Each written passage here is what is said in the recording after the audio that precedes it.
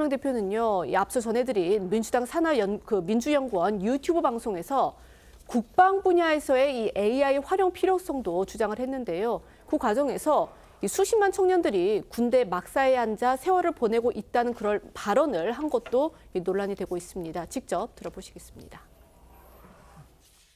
대한민국이 전 세계에서 군사 밀도가 가장 높잖아요. 네. 우크라이나 전쟁에서도 보면 거의 드론 전쟁인데 네. 그 수십만 젊은 청년들이 왜 군대 가서 저렇게 막사에서 앉아가지고 세월 보내고 있나. 저게 과연 진정한 국방력이고 전투력일까. 결국 다 이제 드론, 로봇, 무인 이걸로 갈 텐데 국방을 저는 AI화해야 된다. 우리가 국방산업에서도 새로운 기회를 만들 수 있잖아요. 그러니까 국방 분야의 AI 인공지능 활용을 강조하면서 동시에 이제 민주당이 좀 비판적인 성향으로 알려져 있죠. 바로 이대남이라는 그러니까 20대 대학생들, 남성들 이들의 표심을 염두에 둔 발언이다. 이런 해석이 또 나왔습니다. 하지만 이제 듣기에 따라서는요. 현재 군에 복무 중인 장병들을 좀 깎아내리는 듯한 그런 발언으로 들리는 것도 사실입니다. 국민의힘에서도 즉각 이 점을 지적하면서 비판하고 나섰습니다. 네, 국민의힘은 즉각 논평을 내고 제1야당 대표 입에서 나왔다고는 믿기 어려운 안보의식이 결여된 위험한 발언이라고 꼬집었습니다. 이 군 복무의 본질을 외면한 채 군 복무가 시간 낭비인 것처럼 발언해 안보 가치를 폄하했다고 비판했습니다.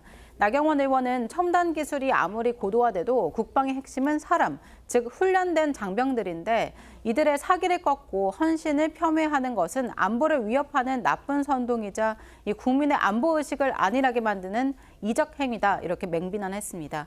국방과 경제는 현실이라며 망상으로 지킬 수 없다고 지적한 겁니다. 하지만 이 대표 앞서도 전해드린 대로요. 오늘 아침 SNS에 글을 잇따라 올리면서 이 비판에 대해서도 정면으로 맞받았습니다. 네, 이 대표는 대한민국 방위 산업도 미래 산업에 맞춰 발전해야 한다며 거듭 자신의 주장을 강조했고요.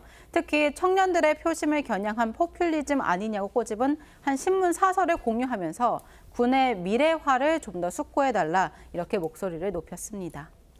이 대표 대통령 탄핵 심판 선고가 초입기에 들어간 상황에서 연일 국민의힘 또는 보수 진영을 겨냥한 발언도 내놓고 있습니다. 그런데 그 수위가 보기에 좀 아슬아슬하다 이런 지적이 나오고 있습니다. 네, 이재명 대표는 어제 자신의 SNS를 통해 국민의힘은 언제 그랬냐며 내란 속의 윤석열과 극우 폭력 선동 집단을 배반할 것이라고 주장했습니다. 추구하는 가치도 없고 필요해서 보수를 참칭할 뿐 현실의 이익과 욕망을 위해서라면 왼수도 영입하고 부모조차 내칠 극우 파시즘 정당이라고 맹비난했습니다. 최근 국민의힘이 보다 적극적으로 윤 대통령 탄핵 심판의 부당함을 강조하고 장외 여론전에 참여하자 이를 지적하고 나선 건데요. 신동욱 국민의힘 수석 대변인은 이 대표가 조급한 모양이라며 윤석열과 단절의 시간이 올 것이란 발언을 그대로 돌려드리겠다. 이 대표 선거법 2심 판결이 나오면 민주당에서 이재명과 단절의 시간이 올 것이라고 맞받아쳤습니다. 신동욱 수석 대변인 목소리 들어보시죠.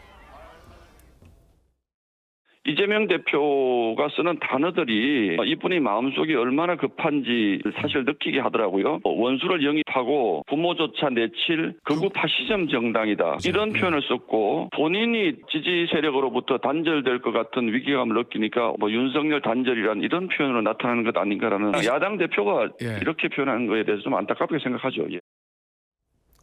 이재명 대표 지난 3.1절 집회에서는 직접 연단에 올라서 대통령 파면을 촉구했습니다. 그런데 이 과정에서 넣어놓은 발언이 또 논란이 되고 있습니다. 네, 이재명 대표는 3.1절 이 민주당 등 야5당이 공동 주최한 이 윤 대통령 파면 촉구 집회에 참석해서 직접 연단에 올랐습니다.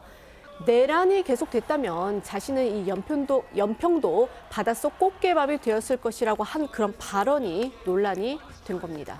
자신은 꽃게밥이 됐을 것이다. 이 대표 이런 말을 한 게 이번이 또 처음은 아니었습니다. 네, 이 정치인 체포자와 관련해서 자신에 대한 이 살해 의혹을 꺼내든 건데요. 이 대표는 앞서도 이 친명계 성향 유튜브 방송에서 자신이 백령도 앞바다 꽃게밥이 될 뻔했다 이렇게 주장하기도 했습니다.